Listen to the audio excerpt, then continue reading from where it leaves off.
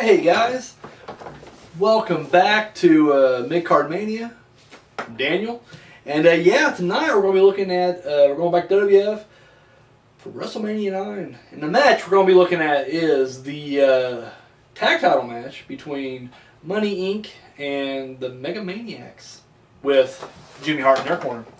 Alright, so we all know about the big parasailing accident that took Bruce Beefcake out of action for a long time. He happened like in the mid to late 90s, or 1990, and this was his first big pay-per-view back. And he had a match coming back to this. I want to say he fought Ted DiBiase.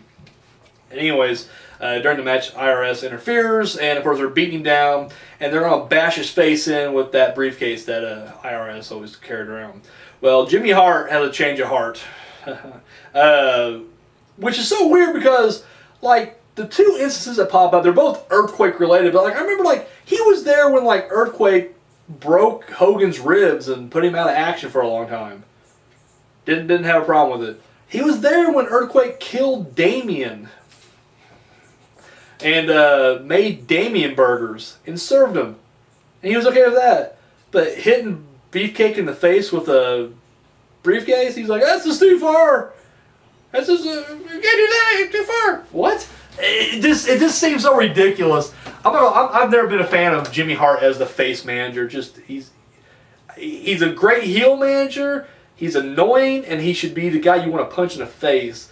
I don't want to have to like root with this guy. And so yeah, I always hated this era. When him and Hogan, I just always hated that partnership anyways. But anyways, so he tries to stop him from hitting Beefcake. That he doesn't work. They knock him out of the way. They hit Beefcake in the face anyways, and he's okay. He makes it to the match. It's like, it wasn't even a career. Like, at least Hogan was in the hospital for weeks. At least, and then with, Damien, he was just gone. It was like, this was like the weakest thing that the Money Inc. could have done. And Jimmy Hart's just like, oh my God, we're evil. This is not what I signed up for. This is not what I signed up for all these years ago. You guys are taking it too far. Anyway, so, yeah, they bash him in the face, and that's the end of that. So, they think it's over. However, somebody was watching at home. Mr. Hulk Hogan. He was just like, you know what, brother? That's my friend. That's my friend that I hang out with. Me Beefcake, baby. So, comes back, and guess what? They're going to challenge for those tag titles. Funny thing is, he comes out. And we're going to stay in kayfabe world for a minute. Millionaire Man, because he has a lot of money, hires some goons to attack Hogan outside the gym. Blackens his eye. Pretty fresh. Just hits him right in the fucking face. And, yeah, trying to weaken him up, The real story, I know there's a couple stories. I think Hogan claims it was also a parasailing accident. Like, I'm thinking to myself, you guys just need to stay the fuck out of the water. Like, don't get near it. Don't fucking get near it because parasailing, you guys just don't connect. But of course, the popular story, the one that everybody believes, which I'm thinking is probably true. I think it is true. Is Savage punched him out because apparently he fucked Elizabeth. What makes it better is Savage is on commentary, so it's just like, if that's what happened, dude, he's a pro too, because he never falters or makes any other side comments well, but those guys are pretty tough that punched him. No, nothing. He is honestly just oh, that poor guy. Those dogs that attacked him, what the hell? He's a real man. He's a real American. He's in the ring right now. He's standing, he's just he's blowing Hogan, but it's just dude, you punched him out. I guess it's great. So anyways, Hogan comes out with a bit of a black eye. It's more bloodshot red. It looks nasty as hell. But anyway, so they come out, and right off the bat, Money Inc. tries to attack him, and of course they end up beating the shit out of him. But the music's still playing. And I get it. I get it.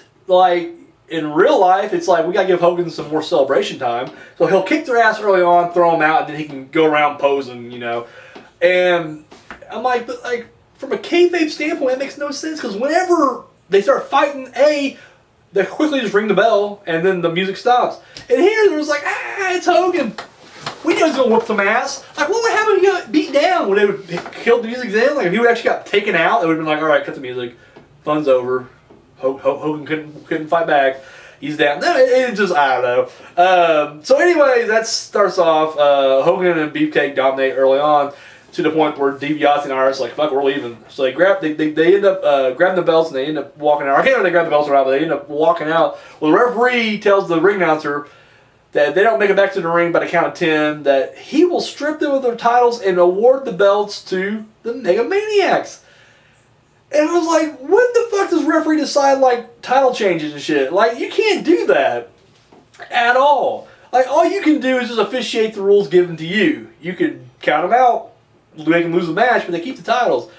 You have to have, like, board meetings, and you have to talk to, like, higher-ups, the president, all that stuff. Like, where's Jack Tunney at? You can't make that decision, buddy. But he does. He just, like, get back in here, and they're like, oh, shit, they run back in there real quick. And I was like, what the fuck? Like, it's one of the few times where, like Heenan will say some outlandish stuff that's just hilarious. But this is, like, one time where, like, he's like, you can't do that. I'm like, I agree, Heenan. I agree with you. This is fucking malarkey right here. This is some goddamn bullshit.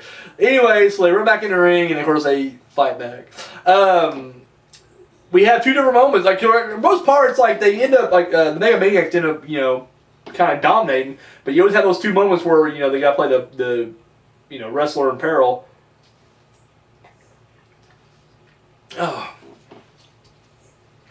Kind of funny to see Hogan as the guy who's getting beat down and having to tag out. They ain't a hot tag to Beefcake, and Beefcake comes in like a house of fire. This is ridiculous, but anyways, when Beefcake's down, they're trying to rip his mask off. You know, he has a protective mask on. It looks like the warrior paint.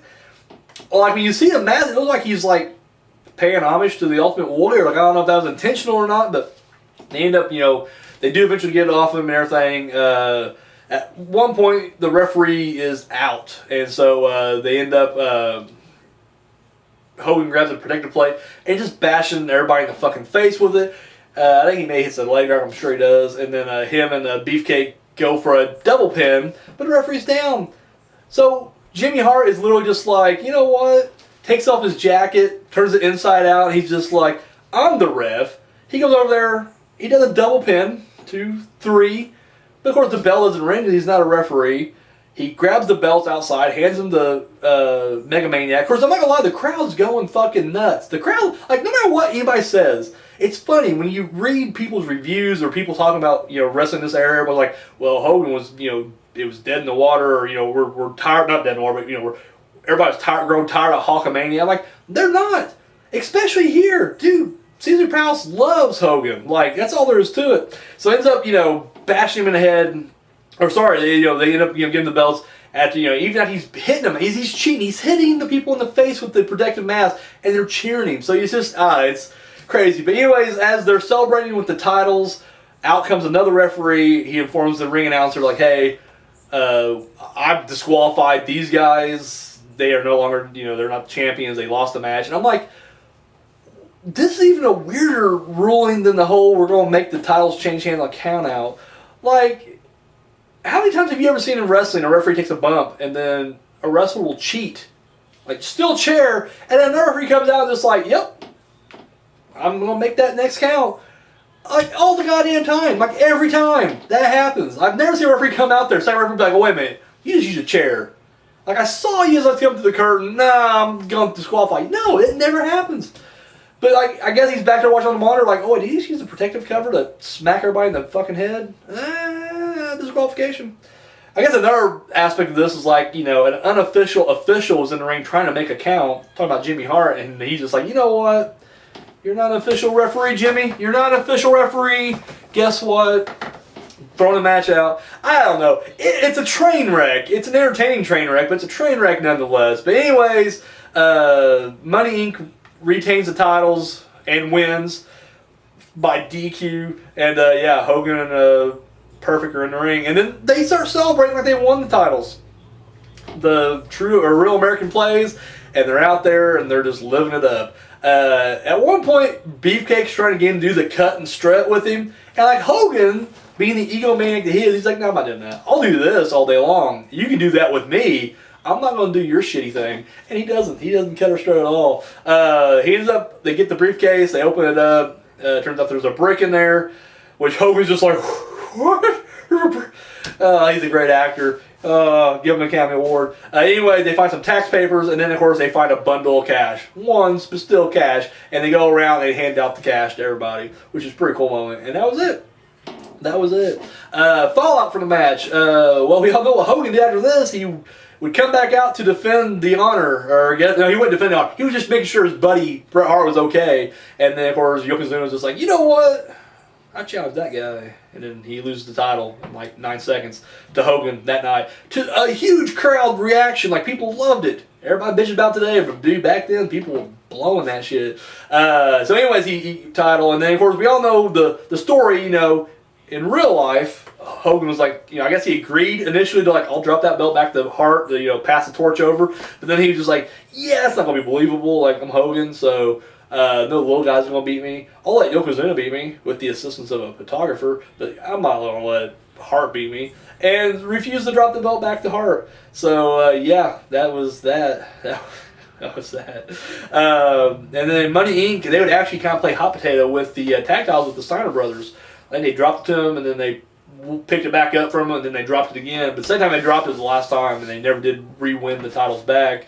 And then, of course, they would eventually, Ted DiBiase would retire like shortly after that. So, yeah, that was WrestleMania 9. So what do I think about it? I love it. Like I said, as much as I'm making fun of it, and as ridiculous as it is entertaining. Like I said before, it's a train wreck, but it's an entertaining train wreck. I like it. Like I said, there's not really a whole lot of downspout. Like I said, it's just a lot of lapse in logic and a lot of ridiculous shit going on. But I'm like, at this point, WWF was just kind of this weird, like, they're entering, I don't know what you call that era. I guess the Hogan era, the, you know, late 80s, early 90s, like that era. Ultimate Warrior, Jake the Snake, awesome era. And then the new generation, like that transition there. And so it's just kind of a weird time for everybody. So, yeah, I forgive them. But, yeah. I liked it. I liked it. So that's all I got, guys. Tune in next week. I think we're doing Great American Bash, if I'm not mistaken. So that's all I got. Thank you so much for watching. Till next time.